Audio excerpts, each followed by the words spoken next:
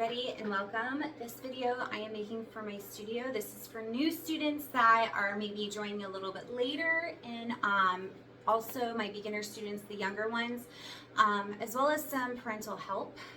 When it comes to rhythm animals from Piano Safari, I know that this is not something that anyone grew up with at all. The reason why we teach the rhythm animals is to help the students feel the beat rather than just being very robotic with their rhythm. So this is a very important component of becoming a musician and really feeling that music. So we start with rhythm animals, then we kind of transition over to tas and tatis and that kind of thing, and then we get over to metric counting. So it's a little bit of a process. This is how I like to teach them in the order that I teach them in. Your student, if they are currently taking, they might only be doing a few of these. They might be doing all of these. So they are welcome to watch for review, or you can just use this for reference. The first one that I like to teach is Charlie Chipmunk. Everybody loves Charlie Chipmunk, so that is what Charlie Chipmunk looks like. And this is what his rhythm looks like. So if you notice, it looks like circles colored in with lines. They are quarter notes. Student might not have learned that yet, and that's totally fine. So when we see these, we say Charlie Chipmunk, and we clap it, Charlie Chipmunk. Next up that I like to teach is the lion, and the lion says roar. So when you see the lion, it's actually Leo the lion. He says roar, 2, 3, 4, and this one is probably everyone's favorite. There's a couple other ones that are, two other ones that I think might be the most popular, but this one's pretty popular because they get to shout it. It's just a circle with a hole in it. Yes, that's a whole note, but they don't need to know that yet.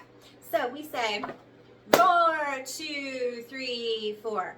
Notice how my hands are staying together while I do that. So roar, 2, 3, 4. Okay, love the lion. Next up is one that is a little bit tougher. I'm not really sure if this is the way that I would have gone with it, but that's okay. It's hippo.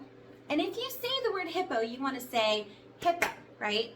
But that's not how the rhythm is going to go for this one. So I like to tell students that the hippo has a very big belly and he's stuck in the mud. So he's moving very slow with his big belly.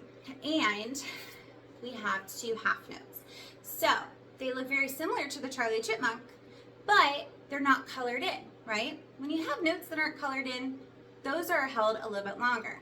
So what I like to tell students is we actually go hit, make your big belly, po, like that. So hip, po is what we like to do. That was a little bit trickier.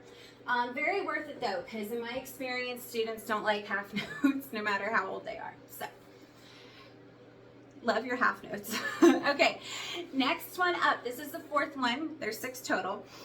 This one is tall giraffe. And the way tall giraffe looks is we have 2 quarter notes like the Charlie Chipmunk, but then we also have one that looks like the hippo, right? So this one is tall giraffe.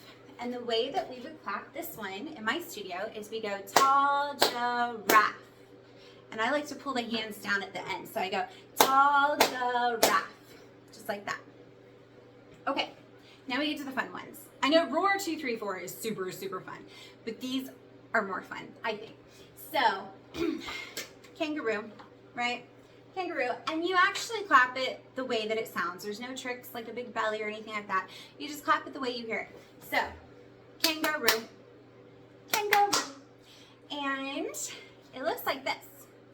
It looks like the quarter notes, but what's different? We have a beam across the top. So we actually are doing beamed eighth notes from the very beginning with these students. Okay, that's kangaroo. And then I saved what I think is the best for last, and that is Mr. Zechariah Zebra. Now, that's a hard word for some students, Zechariah. So we practice Zechariah. And sometimes they want to go Zechariah. They don't want to clap that last one. That's fine. It's all a process. It takes time. But for Zechariah Zebra, we have, look at all these. look at all those notes. We have what? 1, 2, 3, 4, 5, 6. And I tell them that. And I'm like, how many of them are connected by this bean? The student says 4. And I'm like, oh, look, Zechariah. Zechariah. Like that. Oh, I'll do it on the piano. Zechariah. And then the last one, that's your zebra. Zechariah, zebra. And then we do fun little things. If your student is currently learning the piano geography, you can practice keys with them. So maybe, I don't know, D. They're doing the D in the doghouse. You can do the D's and be like, okay, let's do rhythm animals with the D. Charlie, chipmunk, Zechariah, zebra. So they can try different things and have some fun with it. So practice those at home. See if you can find them in any music that maybe you're currently playing. See if you can recognize it in songs that you hear. But rhythm animals are great, and they will come into handy, trust me, later on. I know it seems gimmicky, but it's very, very helpful.